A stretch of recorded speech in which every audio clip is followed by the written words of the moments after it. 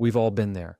You're in the middle of a conversation that turns into an argument. Your heart's racing, your voice gets louder, and you start defending yourself just to prove a point.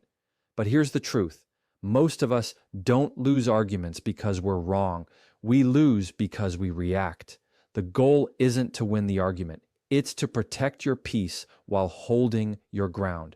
So today, let's talk about how to defend yourself the smart way without losing control, your respect, or your credibility. When you find yourself in an argument, the first instinct most people have is to defend, react, or fight back. But the truth is, defending yourself in a state of emotion is like trying to see clearly through muddy water. The harder you stir, the less you can see. The calmest person in the room always has the most power because they're the only one thinking clearly. Staying calm isn't about being passive. It's about staying in control. You can't control what someone says to you, but you can always control what they get from you. And when you stay composed, you stop playing their game and start guiding the conversation on your terms. Calm is strength disguised as silence, and silence often speaks louder than defense. Imagine someone attacking your character, twisting your words, or raising their voice just to throw you off. Most people take that bait. They match tone for tone, volume for volume, thinking that louder means stronger. But the moment you lose your composure, you hand over your power. The calm person doesn't rise to meet chaos. They let chaos fall flat against their stillness. Because arguments feed off emotion, and when you don't feed it, it starves. Staying calm is not pretending you're unaffected. It's showing that your emotions serve you, not the other way around. It's saying, you can come at me, but you can't control me. That energy changes the whole dynamic. Think about how powerful it feels when someone expects you to explode, but you don't. You just breathe, make eye contact, and respond with intention. That pause right there, that's where respect is earned. Because people don't expect calm in conflict. They expect reaction. The pause is your secret weapon. It's what gives your words weight when you finally speak. You don't have to rush to fill silence. Let silence make them uncomfortable instead.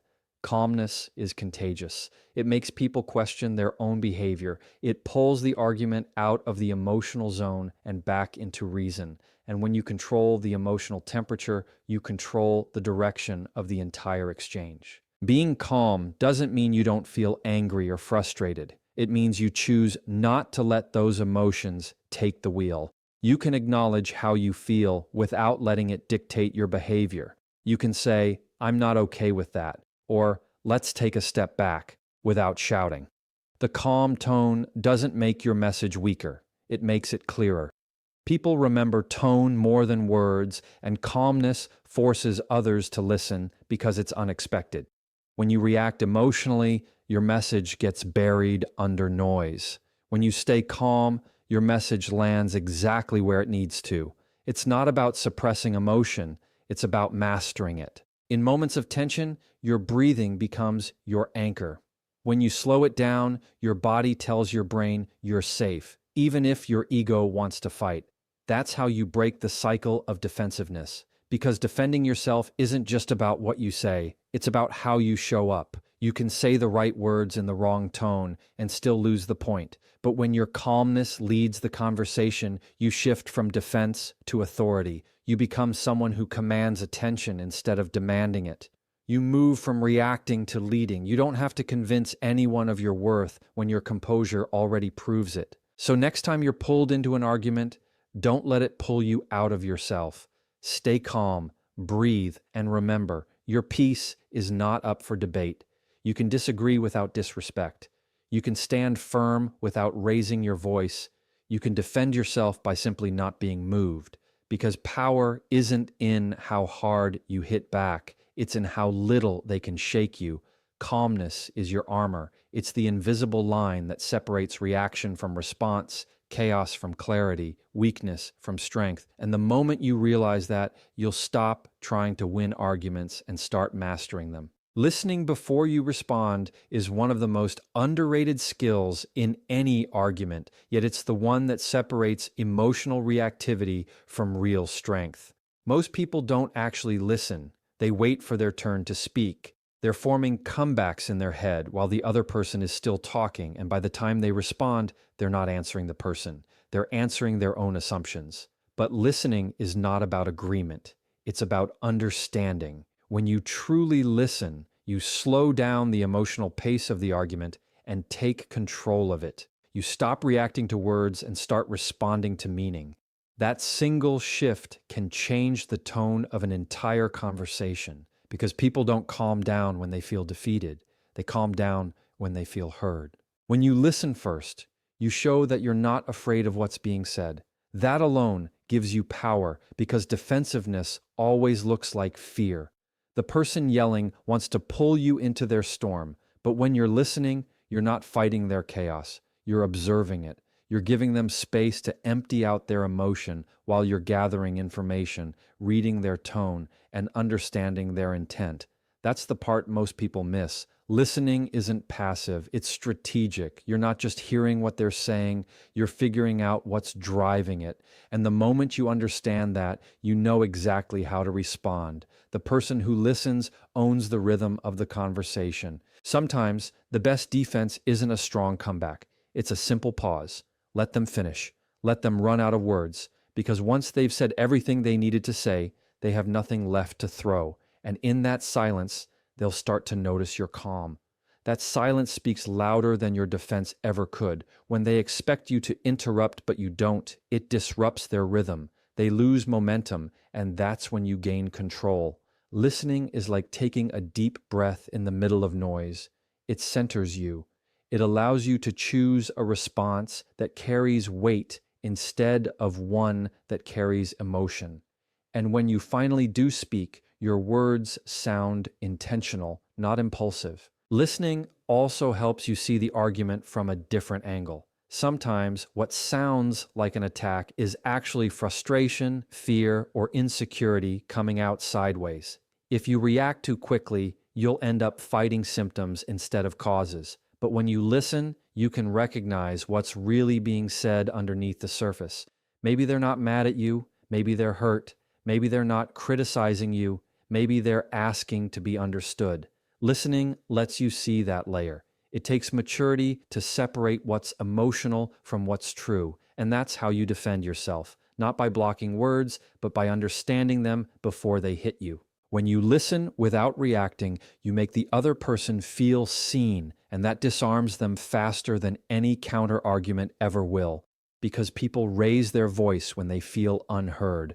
The moment they realize you're actually hearing them, they start to lower it. Listening doesn't mean you agree or that you're weak. It means you're confident enough to hear things without immediately needing to defend yourself. It's emotional intelligence in motion. You create space for them to calm down and for you to gather your composure. That space is your power, because once emotion drops, logic enters, and logic is where you win. So when you're caught in an argument, remind yourself your goal is not to be the loudest voice, it's to be the clearest one. And clarity only comes when you listen first. You don't need to interrupt to make your point. You don't need to rush to correct every word. You just need to listen long enough to understand what's really being said. That's how you respond instead of react. That's how you turn conflict into control. Listening before responding isn't submission. It's strategy. It's the calm before the clarity. It's how you defend yourself, not with volume, but with wisdom. And the moment you master that, arguments stop being battles. They become conversations you lead, not ones you lose. One of the most common mistakes people make in an argument is over-explaining themselves. They think that if they just keep talking, keep clarifying, or keep defending every detail, the other person will finally understand or back down. But that's not how it works. The more you explain, the more it sounds like you're trying to convince yourself, not them. Over-explaining is a form of anxiety. It comes from the fear of being misunderstood. But here's the truth. You can't control someone else's perception of you, no matter how many words you use. Clarity is power, and when you speak with clarity, you don't need to justify yourself 100 times. Defending yourself doesn't mean proving your worth. It means protecting your peace by saying what's true and letting that truth stand on its own. When you start to over-explain, you hand over your power without realizing it. The more details you add, the more room you give the other person to twist, question, or challenge you. You think you're strengthening your point, but you're actually weakening your position. The strongest people in an argument are the ones who know when to stop talking. They don't chase validation through explanation. They understand that silence after clarity speaks louder than any defense. You don't need to fill every gap in the conversation. Sometimes the most powerful thing you can say is simply, "That's what I meant," and leave it there. Because when you don't rush to prove your point, it shows confidence. It says, "I know what I said, I stand by it." Think about it. When someone says something false about you, the natural instinct is to explain, to clear your name, to make sure they know your side. But when you keep explaining, you give them control. They can keep pulling you deeper into the argument, asking more questions, twisting more words, and suddenly you're defending things you didn't even say. That's how people drain your energy, not by being right, but by keeping you stuck in defense mode. The key is to answer clearly, then stop. Let your words breathe. The longer you stay quiet after your point, the more uncomfortable they get. That silence tells them you've said what needed to be said and nothing more, and that calm restraint earns more respect than a long explanation ever will. Confidence doesn't come from talking more. It comes from saying less with meaning. When you explain too much, you train people to expect justification every time you speak. But when you're brief and clear, people start to listen differently. They realize your words carry intention. You're not speaking to fill space, you're speaking to set boundaries. And the thing about boundaries is they don't require explanation. They require consistency. You don't need to tell someone 10 times why you deserve respect. You just need to show them once through how you carry yourself and how little you engage in emotional tug of war. The person who over-explains seeks permission. The person who's clear gives direction. And that's what control looks like in conversation. Every word you add beyond clarity is a step away from strength. Over-explaining invites misunderstanding because it turns a statement into a story. The more you talk, the more opportunity there is for your meaning to get lost. People who argue to win want you to keep talking because they know the longer you speak, the more they can find something to attack. But when you stay concise, you give them nothing to grab onto. You hold your ground without feeding the fire. And when you're not feeding their energy, the argument starts to lose its fuel. Sometimes the most mature response is no defense at all. You don't have to prove your truth to someone who's committed to misunderstanding it. So the next time you're tempted to defend yourself with paragraphs of explanation, pause. Ask yourself, am I speaking to be understood or am I speaking to be approved? Because those are two very different goals. The first builds strength, the second drains it. You can explain once, calmly and clearly, and then stop. You don't owe multiple versions of the same truth to make someone else comfortable. The person who stands firm in clarity doesn't chase understanding. They invite it. And if the other person still doesn't see your point, that's not your burden to carry. Defending yourself isn't about saying more. It's about saying what matters, standing by it, and walking away with your peace intact. When someone crosses a line in an argument, the easy response is to strike back, to meet their tone, or to throw the same words they used right back at them. But that reaction doesn't defend you, it traps you.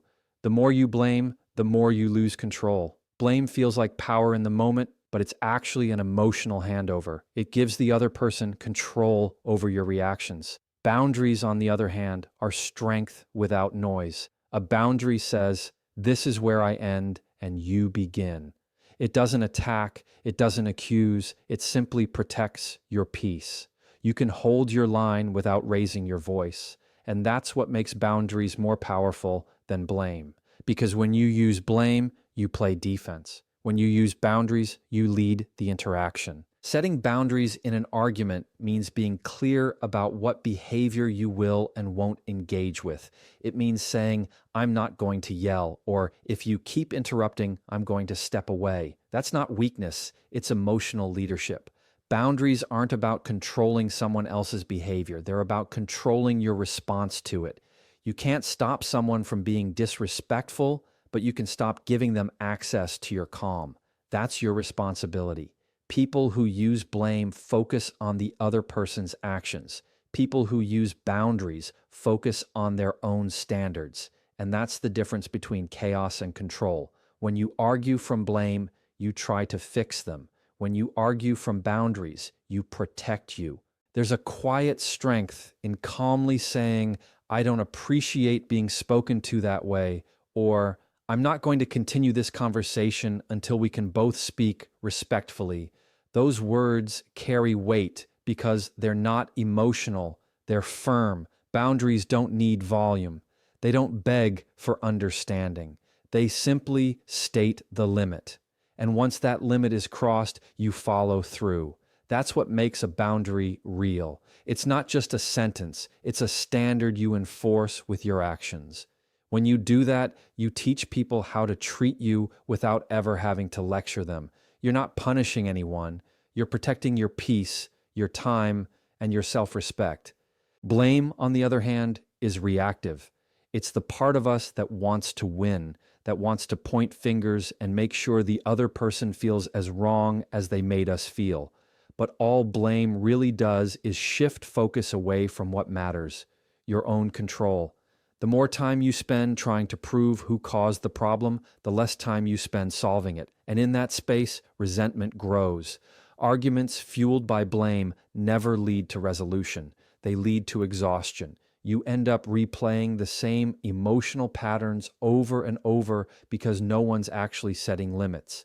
Boundaries break that cycle. They don't ask for understanding. They create accountability. You're not saying, you made me feel this way. You're saying, this behavior doesn't work for me, and here's what I'm doing about it. That's maturity. A lot of people confuse boundaries with walls, but they're not the same thing. Walls shut people out. Boundaries let people in, just not at the expense of your peace. Boundaries don't end connection. They make healthy connection possible. Because when you're clear about what's okay and what's not, people know where they stand. They don't have to guess your limits or test your patience. And if they do, you don't have to explode. You just enforce the limit calmly. It's not about control, it's about consistency. Blame says, you crossed me. Boundaries say, here's where I stand. One focuses on the past, the other protects your present. And that's where your power lives, in your ability to stay grounded when everything around you wants to pull you off balance. So the next time an argument starts to escalate, choose boundaries over blame. Don't tell someone how bad they are. Show them how strong your limits are. You don't have to fight to be respected. You just have to stop engaging with disrespect. That's how you defend yourself, not by proving your point louder, but by protecting your peace better. You teach people through your response what you will and will not tolerate. And when you stay calm while holding your line, you become the anchor in the storm. Arguments lose their chaos when you introduce clarity. And that clarity comes from knowing that your power isn't in how much you can shout, it's in how well you can stand. Every argument reaches a point where you have to make a choice. Do I keep fighting to win, or do I walk away with control? The truth is, most arguments don't end because one person wins. They end because one person decides to stop giving energy to something that doesn't deserve it. Ending an argument calmly doesn't mean you're surrendering. It means you're mature enough to recognize when peace is worth more than being right. You can't convince someone who's not ready to listen, and you don't have to exhaust yourself trying. The goal isn't to destroy the other person's point, it's to preserve your own sense of balance. When you end with control, you walk away knowing you protected your peace, your dignity, and your self-respect. That's real strength. People often think control means dominating the conversation, having the last word, or making sure their side is heard the loudest. But control isn't about volume, it's about direction. You decide where the argument goes, and more importantly, when it stops. Walking away doesn't make you weak, it makes you wise. It takes emotional discipline to step back when every part of you wants to prove a point. But every second you stay in a toxic exchange, you're giving up a piece of your calm. The person who can end an argument without slamming doors or shouting has mastered something most people never do: self-regulation.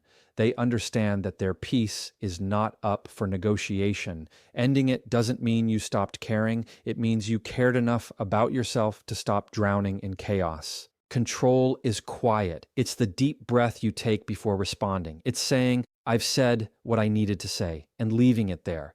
You don't have to win every argument to prove you're strong. You prove it by not letting every argument pull you out of character. Because here's the truth: people will remember how you made them feel long after they forget who was right.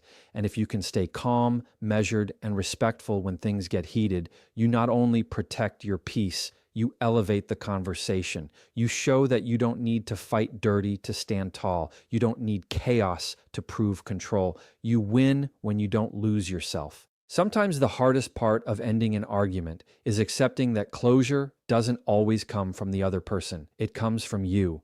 You might not get an apology, you might not get understanding, but you can still choose peace. Closure is not something you wait for, it's something you create. When you walk away from an argument with grace, you're not running away. You're choosing where to invest your energy.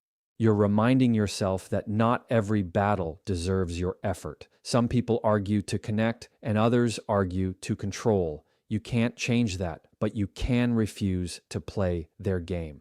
Ending the conversation calmly sends a message stronger than any comeback ever could. I respect myself too much to stay in this. There's a difference between silence and surrender.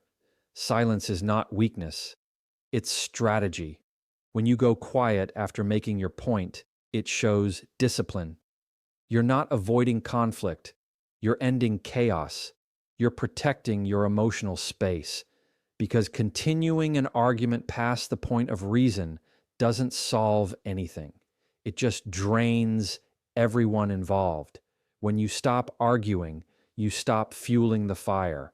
And in that stillness, people start to see the difference between someone who's defensive and someone who's confident. Confidence doesn't need to yell. It doesn't need to repeat itself. It knows when to stop. Ending an argument calmly shows you trust your truth enough to let it stand without force. So when you find yourself in that moment, the one where your pulse is racing, your voice is rising, and your patience is fading, pause.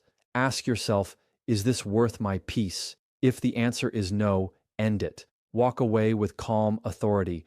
Not every situation deserves your reaction. Sometimes the strongest defense is silence, and the most powerful move is exit. Because the argument isn't really about who wins, it's about who stays in control of themselves. When you leave with composure, you've already won. You've chosen peace over pride, clarity over chaos, and strength over noise. That's how you defend yourself the right way, not by fighting harder, but by finishing wiser.